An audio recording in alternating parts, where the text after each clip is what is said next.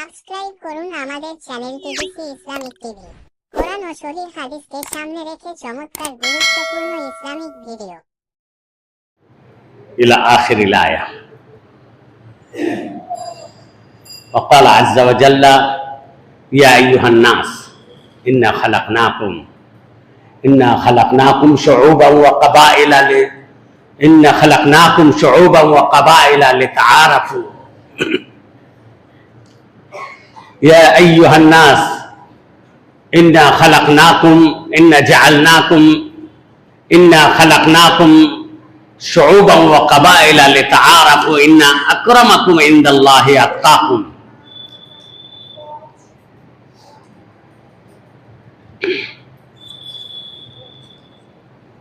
সম্মানিত মুসলিম সমাজ, আল্লাহ তাবারক ওয়া তাআলা মানুষকে সম্মান দান করেছেন এবং দায়িত্ব প্রদান করেছেন।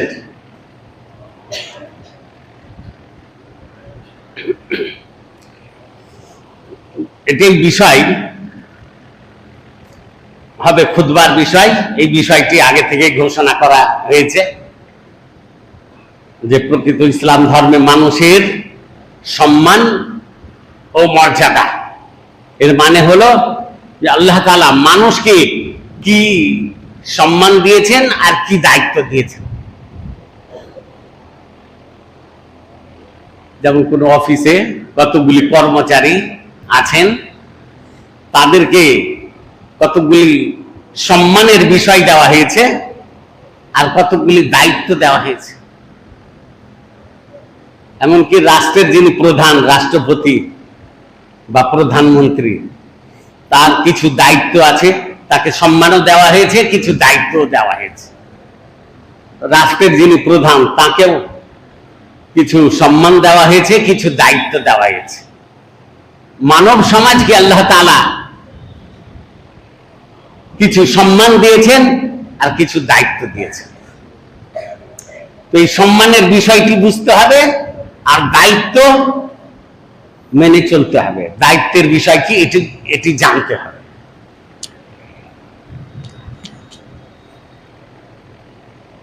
ইসলাম প্রিয় ভাইরা আমার, আল্লাহ তাবারক ওয়া তাআলা বলছেন ওয়ালাকাদ কাররামনা বানি আদম, আমি আদম সন্তানকে অর্থাৎ সকল জাতির মানব সমাজকে সম্মানিত করে সৃষ্টি করেছি। আর সম্মানিত করে সৃষ্টি করলে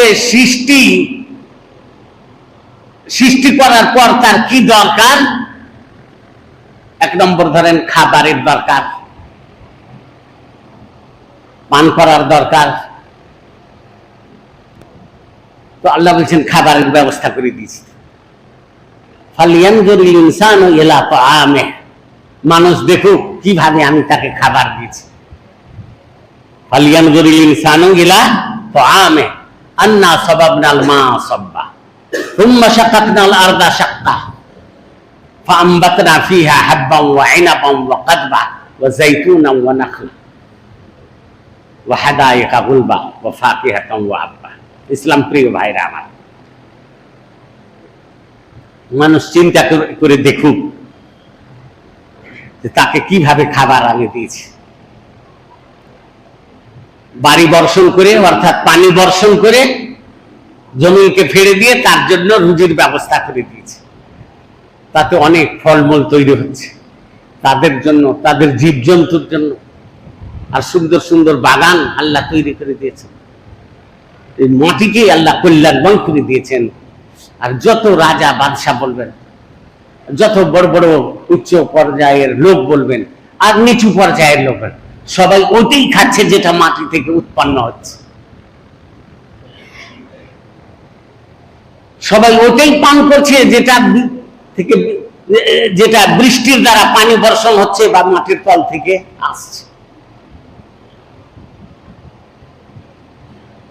তো খাবার তৈরি করতে গেলে তো আগুনের দরকার। আল্লাহ বলছেন সূরা ওয়াকিয়া, আফারাআইতুমুন নার আল্লাতী তুরুন, আমি তোমাদের জন্য আগুন সৃষ্টি করেছি, এর বিষয়ে চিন্তা করে দেখেছো কোনোদিন? কেউ করতে পারবে? গাছ থেকে, সবুজ গাছ থেকে তোমাদেরকে আগুনের ব্যবস্থা করে দিয়েছি। আফারাআইতুমুন নার আল্লাতী তুরুন, সুবহানাল্লাহ। তাহলে মানুষকে যে আল্লাহ সম্মানিত করেছেন, সম্মান দেওয়ার সঙ্গে সঙ্গে তার জীবিকার ব্যবস্থা করে দিয়েছেন।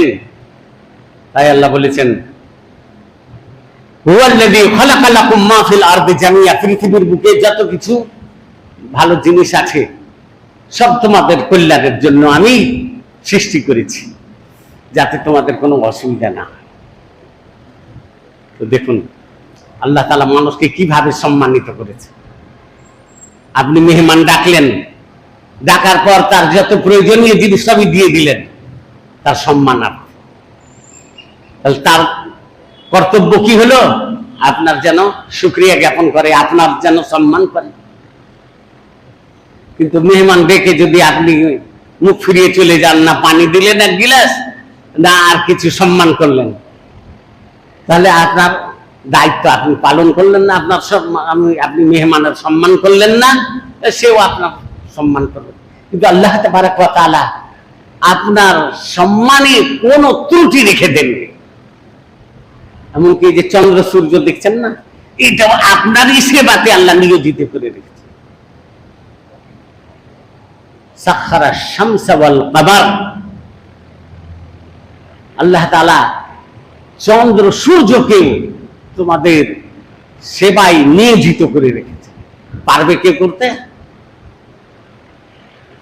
কিন্তু মানুষ বুঝে না, চন্দ্রেরই পূজা করতে শুরু করছে, ইবাদত করতে, সূর্যের ইবাদত করতে শুরু করছে, উপাসনা করতে শুরু। এটা চিন্তা করে দেখে না যে এই সূর্যটা তো আপনা আপনি হয়নি। এই চন্দ্রের সূর্যে কত লাইট দিচ্ছে। আপনি একটা ব্যাটারি, একটা টর্চ লাইট কিনছেন, তো ব্যাটারি লাগছে, ব্যাটারিটা ভরে পয়সা দিয়ে ব্যাটারি কিনলেন, দিয়ে আবার শেষ হয়ে গেল। এই ব্যাটারি কে দিচ্ছে? সুবহানাল্লাহ। যত কিছু পুড়ছে ব্যাটারি, সব ব্যবস্থা করে দিচ্ছেন আল্লাহ তাআলা, যে মানুষের যেন কোনো ক্ষতি না হয়। চন্দ্র সূর্যকে এমন ভাবে আল্লাহ সৃষ্টি করেছেন যে দুনিয়া যতদিন টিকে থাকবে না চন্দ্র সূর্যের সঙ্গে ধাক্কা খাবে, না অন্য কোনো বস্তুর সঙ্গে থাকবে, আপন আপন রাস্তায় চলতে থাকবে, কেউ কাউকে পাবে না। আপন আপন ডিউটি মানুষের জন্য পালন করছে, কেন যে আল্লাহ মানুষকে সম্মানিত করে সৃষ্টি করেছেন। কিন্তু যখন দুনিয়া শেষ হয়ে যাবে, কিয়ামত কায়েম হয়ে যাবে, তখন চন্দ্র সূর্যের ডিউটি শেষ, দুটা মিলে যাবে, একত্রিত হয়ে যাবে। জমিয়া শামসু ওয়াল কামার, ওই কিয়ামতের সময় চন্দ্র সূর্য একত্রিত হয়ে মিলে যাবে, আর কিছু থাকবে না, তাদের ডিউটির কিছু থাকবে। তো ইসলাম প্রিয় ভাইরা আমার, মানুষের সম্মানার্থে দেখেন আল্লাহ কি করেছে। খাবারের ব্যবস্থা করলেন, খাবারের জন্য আগুনের দরকার, আগুনের ব্যবস্থা করলেন। পানির দরকার, পানিরও ব্যবস্থা করেছেন। আফারাআইতুমুল মা আল্লাযী তাশরাবুন, চিন্তা করে দেখো পানি কিভাবে আল্লাহ সৃষ্টি করেছেন তোমাদের জন্য। আফারাআইতুমুল মা আল্লাযী তাশরাবুন, সূরা ওয়াকিয়াতে দেখো। কিন্তু যদি খাবার থাকে, পানি থাকে, আগুন থাকে, আর অক্সিজেন না থাকে, তো বেঁচে থাকবেন 1 মিনিট বা 10 সেকেন্ড, বেঁচে থাকতে পারবেন না। এই যে অক্সিজেন ফ্রি, যার অক্সিজেনের অভাব হাসপাতালে যাচ্ছে, 1 ঘন্টা অক্সিজেন নিচ্ছে তো কত হাজার হাজার টাকা লাগছে, আর আপনাকে আল্লাহ অক্সিজেন ফ্রি দিয়ে দিয়েছেন। এই যে হাওয়া বইছে, এই হাওয়াতে আল্লাহ অক্সিজেন রেখে দিয়েছেন। তাই আল্লাহ কোরআনের মধ্যে বলেছেন, ওয়া তাসরিফুর রিয়াহ আল মুসাখখার বাইনাস সামাই ওয়াল আরদ, আল্লাহ তাআলা এই হাওয়ার আবর্তন পরিবর্তন হাওয়াকে করতেছে।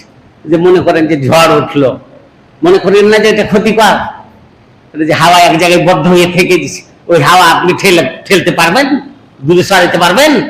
আপনি পারবেন না। তাই আল্লাহ ঝড় নিয়ে আসছে, খারাপ হাওয়াকে আল্লাহ দূরে করে দিয়ে ভালো হাওয়া দিয়ে দিল। আপনার বাড়িঘর পরিষ্কার করতে হয় কিনা, ময়লা হয়ে গেলে আপনি হাওয়া পরিষ্কার করতে পারবেন? কে করছে? আল্লাহ ঝড় নিয়ে নেন, ঘূর্ণি ঝড়, যা সব পরিষ্কার হয়ে গেল। নতুন হাওয়া, নতুন জীবন, নতুন ভাবে অক্সিজেন আপনি এখন পেতে থাকবেন। তাহলে জীবন যাপনের সবকিছুই আল্লাহ দিয়ে দিচ্ছে। এটা তো আমি কয়েকটা মাত্র কথা বললাম, কিন্তু আরো আল্লাহ আপনার খিদমতে অনেক কিছুকে নিয়োজিত করে রেখেছেন, যেটা আপনি আমি জানি না।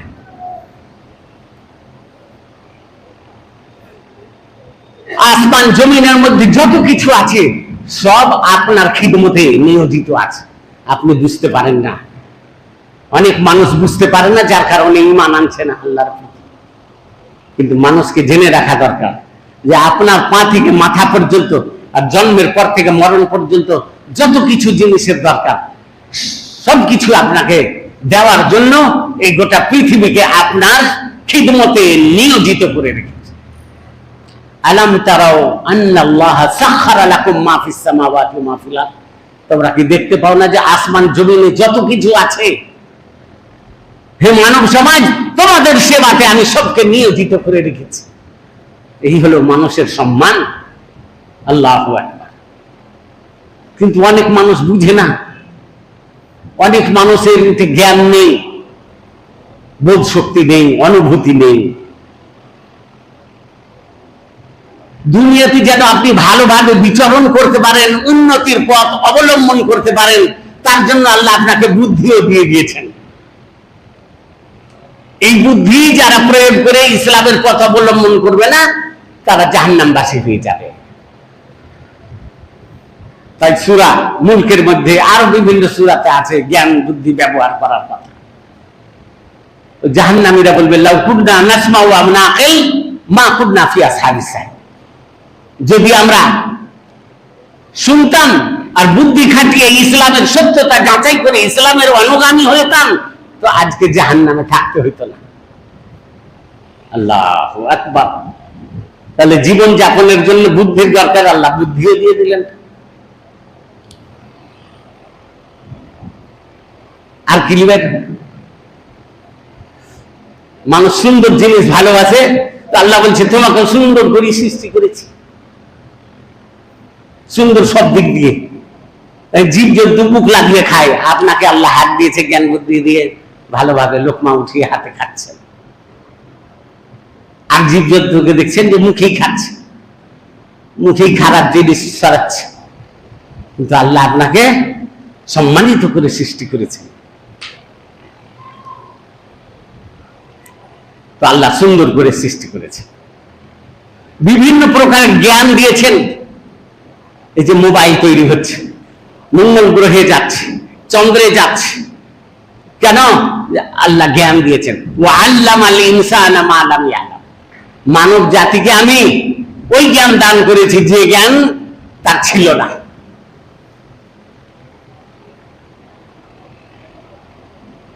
সুলাইমান আলাইহিস সালামকে এমন একটা যানবাহন দিয়েছিলেন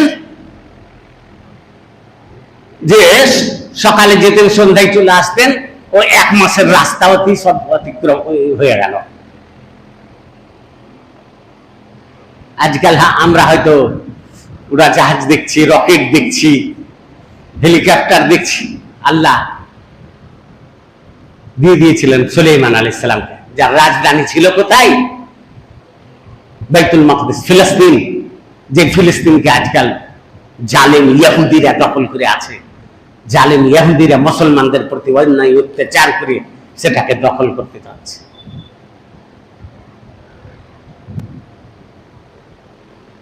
এমন শক্তি আল্লাহ তাকে দিয়েছিলেন যে তিনি জীব জন্তুর কীট পতঙ্গের সবারই ভাষা বুঝতে পারতেন, এমনকি পিপিলিকা কিভাবে কি কথা বলছে সেটাও বুঝতে পারছেন।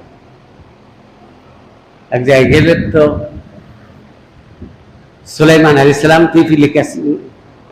পিপিলিকারা নিজেদের মধ্যে কথা বলছে, বলছে ঢুকে পড়ো তোমাদের গর্তে, তো সুলাইমান অজানাতে তোমাদেরকে পিষে দিবে। ফাতাবাসসামা দাহিকা, সুলাইমান আলাইহিস সালাম হাসতে শুরু করলেন আনন্দের সহিত। কেন? যে পিপিলি রেখে বললো যে সুলাইমান অজান্তে তোমাদেরকে পিছিয়ে দিবে, জেনে শুনে তোমাদের উপরে জুলুম করবে। হুদহুদ পাখি রাষ্ট্রের খবর এনে দিত কোথায় কি হচ্ছে। ফিলিস্তিন রাজধানী ইয়ামানে সানা নাম শুনেছেন? ইয়ামান, ওইখানে রাজধানীতে ছিল, ওখানে ছিল বিলকিস। বিলকিসের রাজধানী ওখানে ছিল। বিরাট রাজত্ব ছিল, বিরাট সেনা সৈন্য ছিল, কিন্তু তারা আল্লাহকে বাদ দিয়েও শিরক করত, অন্যের পূজা করত, সূর্যের পূজা করত, সূর্যের উপাসনা করত, আরো বিভিন্ন জিনিস। হুদহুদে খবর দিয়ে দিলেন, হুদহুদে খবর দিয়ে দিল যে ওখানে শিরক হচ্ছে, আল্লাহর নাফরমানি হচ্ছে। তো সুলাইমান আলাইহিস সালাম চিঠি দিলেন, যাও এই চিঠি দাও, দেখি কি উত্তর দিচ্ছে, তুমি সত্য বলছো কি মিথ্যা। যে চিঠির কথা কোরআনের মধ্যে এসেছে, বিসমিল্লাহ বলে শুরু হয়েছে, ওয়া ইন্নাহু মিন সুলাইমান, সুলাইমানের কাছ থেকে এই চিঠি এসেছে। ওই চিঠি বিলকিসকে দেওয়ার পর সেই হুদহুদ পাখি সরে গেল এবং বিলকিস পরামর্শ করতে লাগলো যে কি করা যায়, এইরকম চিঠি এসছে। বলছে আমরা তো শক্তিশালী, তবে আপনি যেটা অর্ডার করবেন সেটাই আমরা করব। বিলকিস অত্যন্ত বুদ্ধিমতী ছিলেন, যে যার সেনা শূন্য পাখিতে কাজ করছে, যার ফোর্স হয়ে আমি তাকে পারি, সবকিছুই তার সেনা সৈন্যের অন্তর্ভুক্ত, পারা যাবে না। বললো ঠিক আছে আমি যাচ্ছি, কিছু দেখলো, বলছে যে কিছু উপহার দিয়ে পাঠাই, যদি দুনিয়ার লোভ থাকে সুলাইমানের, তাহলে তো লোভে পড়ে ফেসে যাবে, আর কিছু বলবে না, সন্তুষ্ট হয়ে যাবে। কিছু ভালো উপহার দিয়ে পাঠালেন বিলকিস। উপহার সুলাইমান আলাইহিস সালাম ফেরত দিলেন যে এটার দরকার নাই, এমন এক সৈন্য নিয়ে আসবো যেটার সঙ্গে মোকাবিলা করার তোমাদের কোনো ক্ষমতা নেই। কেন যে তার সৈন্যের মধ্যে মানুষ, জিন, পাখি সবকিছুই লেগে আছে, জিনও তার কাজ করতে। তখন বিলকিস বলল ঠিক আছে তাহলে যাই, দেখা করি। আর সুলাইমান আলাইহিস সালাম বললেন যে বিলকিসের যে আছে ওর সিংহাসন, সেই সিংহাসনটা কে আইনে দিতে পারবে আমাকে? একজন বললেন যে আপনি যে এখানে বসেন আপনার সিংহাসনে, তো আপনি উঠার আগে আপনাকে এনে হাজির করে দিব। আর একজন বললেন যে আপনার পলকে আমি হাজির করে দেব, যদি বলেন। ঠিক আছে দিয়েছে। ইয়ামানের নিচে সেই সিংহাসন মাটির তল দিয়ে সুলাইমান আলাইহিস সালামের সামনে এসে হাজির, পলকের মধ্যে। তো কত আল্লাহ তাকে নিয়ামত দিয়েছিলেন, সেই নিয়ামত দেওয়া মানে মানুষকেই নিয়ামত দেওয়া, মানুষকে সম্মানিত করা। ইসলাম প্রিয় ভাইরা আমার, আর আজকাল ওই যে বলছি যে উড়া জাহাজ আছে, আর হেলিকপ্টার, আর রকেট। আপনারা জানেন মুহাম্মদ সাল্লাল্লাহু আলাইহি সাল্লাম মক্কা থেকে গেলেন ফিলিস্তিন, বাইতুল মাকদিস, বোরাক থেকে, আবার সেখান থেকে গেলেন সপ্ত আকাশ পার হয়ে অল্প সময়ের মধ্যে। আল্লাহ তাবারক ওয়া তাআলা আসমান জমিন এবং আসমান জমিনের মধ্যে যত কিছু আছে সব মানুষের কল্যাণের জন্য নিয়োজিত করেছে। সূরা লোকমান, সূরা জাসিয়া দেখুন, এর মধ্যেই পেয়ে যাবেন। তো আল্লাহ তাবারক ওয়া তাআলা মানুষের সম্মানার্থে সবকিছু নিয়োজিত করেছে। তাহলে কত বড় ইহসান আছে আমাদের উপরে আল্লাহ তাআলা। তারপরে কি ছেড়ে দিয়েছেন আল্লাহ? দেখো তোমাদেরকে সম্মানিত করেছি, তোমরা কেউ নিজেদেরকে হত্যা করবে না বা কাউরি উপরে আক্রমণ করবে না, অন্যায়। লা তাকতুলু আনফুসাকুম, তোমরা কেউ কাউকে হত্যা করবে না, কেন যে তোমরা হচ্ছে সম্মানের পাত্র আমার, এই সম্মান নষ্ট করিও না। হত্যা করা তো দূরের কথা, আল্লাহ বলছেন তোমরা জুলুমও করিও না এক অপরের। ইয়া ইবাদি ইন্নী হাররামতু যুলমা আলা নাফসি ফালা তাযালামু। আল্লাহ তাআলা বলছেন হাদিসে কুদসি সহিহ মুসলিমের মধ্যে, হে আমার মানব সমাজ, আমি নিজের উপরে জুলুম করা হারাম করে রেখেছি, সুতরাং তোমরাও কেউ কাউকে প্রতি জুলুম করবে না। কেউ যদি জুলুম করে আর যার উপরে জুলুম করা হচ্ছে সে যদি বদদুয়া করে, তার বদদুয়া কবুল হয়ে যাবে, যদিও সে অমুসলিম। কারোর উপরে জুলুম করতে পারবো না আমরা, কিন্তু সেও মানুষ, আল্লাহর সৃষ্টি। তাকে সে কুফরি করেছে, তাকে আল্লাহ শাস্তি দিবেন। কিন্তু আমি জুলুম করব, তার স্ত্রীর, তার বেটির, তার বেটার ইজ্জত সম্মান নষ্ট করব না, এটা পাওয়ার নাই আমার আপনার। তাহলে দেখেন আল্লাহ তাআলা কিভাবে মানুষকে সম্মানিত করেছেন। এরপরে আল্লাহ তাআলা মানুষ যেন সরল সঠিক পথে চলে, বিভ্রান্ত না হয়ে যায়, পথভ্রষ্ট না হয়ে যায়, তার জন্য আল্লাহ তাবারক ওয়া তাআলা যুগে যুগে নবী রাসূল পাঠিয়েছেন। রুসুলান মুবাশশিরিন ওয়া মুনযিরিন লিআল্লা ইয়াকুনা আলাল্লাহি হুজ্জা বা'দার রাসূল। মানুষের কাছে আল্লাহ তাআলা যুগে যুগে নবী রাসূল পাঠিয়েছেন, তারা যেন জান্নাতের পথ সহজে পেয়ে যায়। যদিও তাদেরকে আমি বুদ্ধি দিয়েছি, কিন্তু বিস্তারিত পথ বুদ্ধির দ্বারা পাবে না, নবী রাসূলের দরকার আছে। শিক্ষকের দ্বারা কিভাবে নামাজ পড়বে, কিভাবে হজ করবে, কিভাবে যাকাত দিবে, কিভাবে রোজা রাখবে, কিভাবে জীবন যাপন করবে, কিভাবে তার পরিবার পরিজনকে পরিচালিত করবে, সবকিছু শিক্ষা দেওয়ার জন্য আল্লাহ তাআলা যুগে যুগে নবী রাসূল পাঠিয়েছেন। শেষ নবী আমাদের জন্য এসেছেন মুহাম্মদ সাল্লাল্লাহু আলাইহি সাল্লাম, যিনি গোটা বিশ্ববাসীর জন্য রহমত স্বরূপ। তাই তিনি গোটা বিশ্বের জন্য প্রেরিত হয়েছেন। আমা আরসালনাকা ইল্লা রাহমাতাল লিল আলামিন। যেহেতু গোটা বিশ্ববাসীকে, মানব সমাজকে আল্লাহ সম্মানিত করেছেন, তাই মানব সমাজকে আল্লাহ রহমত দিয়ে দিলেন। আমা আরসালনাকা ইল্লা রাহমাতাল লিল আলামিন। যাও মানুষ, তোমাদের রহমতের দরকার আছে, বরকতের দরকার আছে, করুণার দরকার আছে, তোমরা দিয়ে দিলাম। এখন তোমার ইচ্ছা, তুমি নাও চায় বর্জন করো। যেমন নদীতে মাছ যাচ্ছে, যার ইচ্ছা হবে সে ধরে খাবে, ভোগ করবে, আর যার ইচ্ছা হবে না সে যাবে না, পাবে না, মাহরুম হবে। ব্যাপারে একই।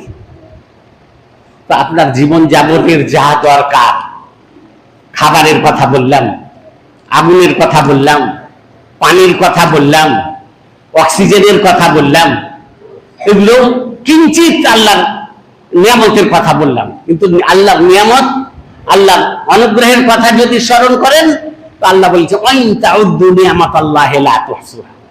যদি তুমি আল্লাহর অনুগ্রহের কথা স্মরণ করতে চাও, গুনতে চাও, গুনে শেষ করতে পারবে না।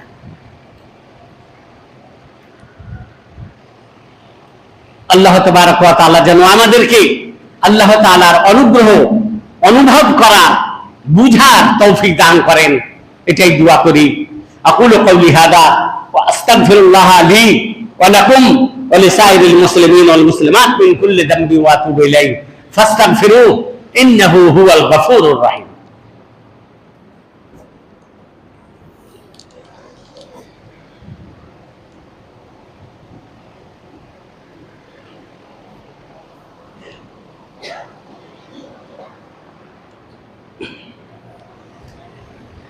বিসমিল্লাহির রহমানির রহিম।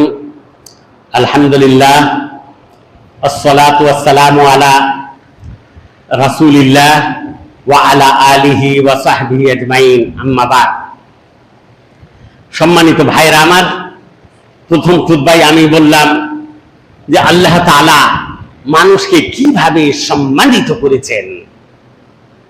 এখন আপনাদের সামনে যে বিষয়টি উপস্থাপন করব সেটি হলো এই সম্মানের জন্য আমরা কি করব, আমাদের যে কর্তব্য দিয়েছেন, আমাদের কর্তব্যটা কি, এই কর্তব্যটা আমরা জানার চেষ্টা করব, বুঝার চেষ্টা করব। তো 1 নম্বর কর্তব্য হলো যে আল্লাহকে চেনা, আল্লাহকে জানা, আল্লাহর তাওহীদ প্রতিষ্ঠিত করা। কেন যে আল্লাহ কোরআনের মধ্যে বলেছেন ফালাম আন্নাহু লা ইলাহা ইল্লাল্লাহ, হে বিশ্ব নবী মুহাম্মদ তুমি জেনে নাও, তুমি জেনে নাও মানে জ্ঞান অর্জন করো, জেনে নাও যে তিনি এক, তিনি আল্লাহ। ফালাম আন্নাহু লা ইলাহা ইল্লাল্লাহ, তিনি এক, অদ্বিতীয়, তিনি ছাড়া কোনো সত্য উপাস্য নেই, তিনি ছাড়া কোনো সত্য উপাস্য নেই। এর মানে তারই উপাসনা করতে হবে, আর তাকে বাদ দিয়ে যে সমস্ত বস্তুর উপাসনা করা হয় তা বর্জন করতে হবে। এই নয় যে তারও ইবাদত করব আর ফির মন্দিরও তৈরি করে দিব, এটা হয়? মানে একসঙ্গে বিষও দিবেন আর মধুও ঢালবেন, এটা হয়? কতগুলা লোক খুব বড় অন্তরের মন্দিরও করছে, মসজিদে করছে, চলবে না? কোরআনও পড়ছে, ও কালী দুর্গার সামনে যে এরকম করছে, হয়? লা ইলাহা ইল্লাল্লাহর মানে হলো এতে ইতিবাচক বিষয় আছে আর নেতিবাচক। ইতিবাচক যে সমস্ত ইবাদত হবে আল্লাহর জন্য, আর আল্লাহকে বাদ দিয়ে যে সমস্ত বস্তুর ইবাদত করা হয় সব বর্জন করতে হবে। কেন যে আল্লাহর ইবাদত করা এটা মধু, আর আল্লাহকে বাদ দিয়ে যে শিরক করা হচ্ছে ওটা হলো বিষ। তা আপনি মধুও খাবেন, বিষও খাবেন, বাঁচবেন না। প্রকৃত ইসলামের উপরে অটল থাকতে হবে। ইসলামকে বাদ দিয়ে যে সমস্ত বস্তুর ইবাদত বন্দেগী উপাসনা করা হচ্ছে সব বর্জন করতে হবে। হ্যাঁ, অমুসলিমদের আপনি উপকার করে যান সামাজিক ক্ষেত্রে, কেউ খেতে পায় না খেতে দেন, বিয়ে দিতে পারে না বেটির বিয়ে দিয়ে দেন, বাড়ি করতে পারে না করে দেন। কিন্তু যখন আল্লাহর শিরকের বিষয় চলে আসবে তখন বলবেন যে আমি এটা পারবো না, মন্দির করে দাও, মূর্তি করে দাও, চাঁদা দাও মূর্তির জন্য, না এটা চলবে না। যে বললাম যে মধুও খাবেন আর বিষ খাবেন, এটা চলবে না। দুধ খাবেন, ঘি খাবেন আর অতি বিষ দিয়ে দিবেন, এটা সারা হয়ে যাবেন। লাইন আশরাকতা লা ইয়াহবাতান্না আমালুক, যদি শিরক করো সব বিফলে যাবে, সব নষ্ট হয়ে যাবে। আল্লাহ তাআলা বলেছেন তাআওয়ানু আলাল বিররি ওয়াত তাকওয়া ওয়া লা তাআওয়ানু আলাল ইসমি ওয়াল উদওয়ান, ন্যায় কাজে সৎ কাজে সহযোগিতা করো, পাপের কাজে অন্যায়ের কাজে সহযোগিতা করিও না। শিরক করার চাইতে আর বড় পাপ তো নাই, আপনি ওই কাজে সহযোগিতা কেন করবেন? ওই যে তাজিয়া করা ওটাও শিরক, ওতেও সহযোগিতা করা যাবে না।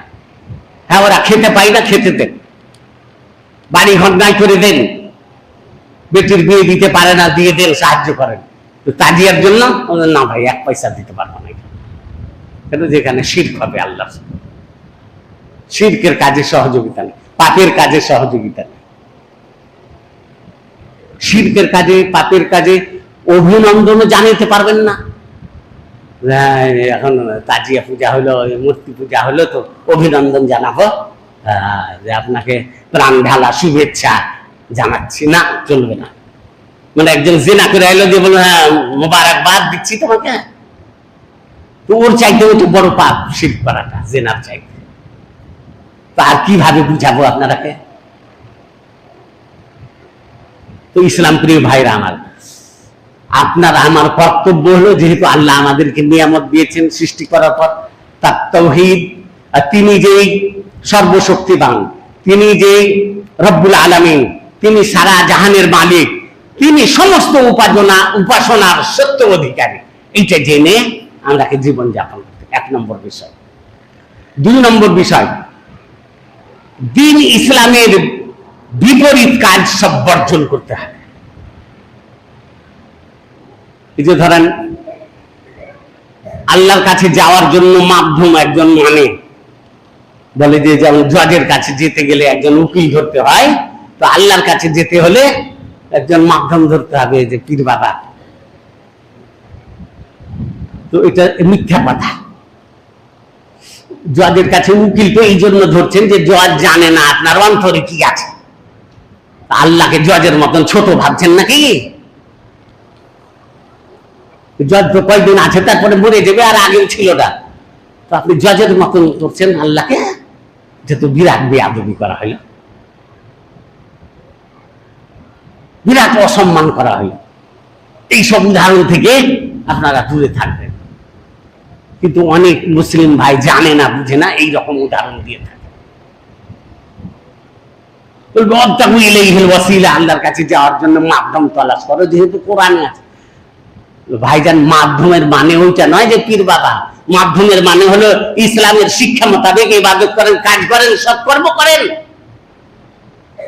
আল্লাহর নাম ধরে ডাকেন আল্লাহকে। আল্লাহর যে সুন্দর সুন্দর নাম আছে সেগুলো ধরে ডাকেন। এটাই হলো ওয়াসিলা। শিরক বর্জন করেন, সচ্চরিত্রে অটল থাকেন, ভাষার দ্বারা আচরণের দ্বারা কষ্ট দিবেন না। আপনার সুন্দর যেন চলাফেরা হয়, আচরণ যেন ভালো হয়, কাপড় পোশাক দেহ যেন সবসময় পরিষ্কার থাকে, মন পরিষ্কার থাকে, কান পরিষ্কার থাকে, চোখ পরিষ্কার থাকে। অশ্লীল জিনিস দেখবো না, খারাপ জিনিস যাবো না, খারাপ জিনিস ব্যবহার করব না। চরিত্র ভালো রাখেন। আর কি করবেন? আল্লাহ রাসূল সাল্লাল্লাহু আলাইহি ওয়াসাল্লামের প্রতি বেশি বেশি দরুদ পাঠ করবেন, আল্লাহ রাসূলকে মেনে চলবেন, তিনার প্রদত্ত পথ মোতাবেক জীবন যাপন করবেন। খাস করে ইবাদতের ক্ষেত্রে আল্লাহ রাসূলের নিয়ম মোতাবেক ইবাদত করতে হবে। কিন্তু জাগতিক ক্ষেত্রে আল্লাহ রাসূল সাল্লাল্লাহু আলাইহি ওয়াসাল্লাম বলেছেন, তোমরাই বেশি জানো আমার চেয়ে। এখন 1 বিঘা জমি চাষাবাদ করলে, ধান করলে কয় কিলো সার লাগবে, কতটা ফুল লাগবে, বীজ লাগবে, এগুলো কোরআন হাদিসে পাবেন না। যে এই বিষয়ে তোমরাই জানো, অভিজ্ঞতা আর ফলে। কিন্তু জমিটা, ফুলটা, যে জিনিসগুলা যেন হালাল হয়, এই নয় যে দাবিয়ে নেবো জমি, বীজ চুরি করে নিয়ে আসবো, এইটা যেন না হয়। তো ইসলাম প্রিয় ভাইরা আমার, তাহলে সবচাইতে বড় দায়িত্ব হচ্ছে আপনার আমার শিরক কুফরি বর্জন করা আর ইসলামের উপরে অটল থাকা। সংক্ষেপে কথা মনে থাকবে তো? যখন পা উঠাবেন দেখবেন হ্যাঁ এটা ইসলামের শিক্ষা মোতাবেক, হ্যাঁ তাহলে ঠিক আছে, যান আগে বাড়ে। এটা ইসলামের শিক্ষা মোতাবেক নয়, তাহলে সরে যান এখান থেকে। এই যে সব প্রেম করছে, মোবাইলে অশ্লীল যোগাযোগ স্থাপন করছে, এগুলো থেকে দূরে থাকতে। মোবাইলটা, চোখটা একটা নিয়ামত, এটাকে খারাপ কাজে ব্যবহার করবেন না। আপনাকে টাকা দিয়েছেন, নেট কিনছেন, ওটাও নিয়ামত, টাকাটা, ওটাকে পাপের কাজে খরচ করবেন না। কেন আল্লাহ বলেছেন,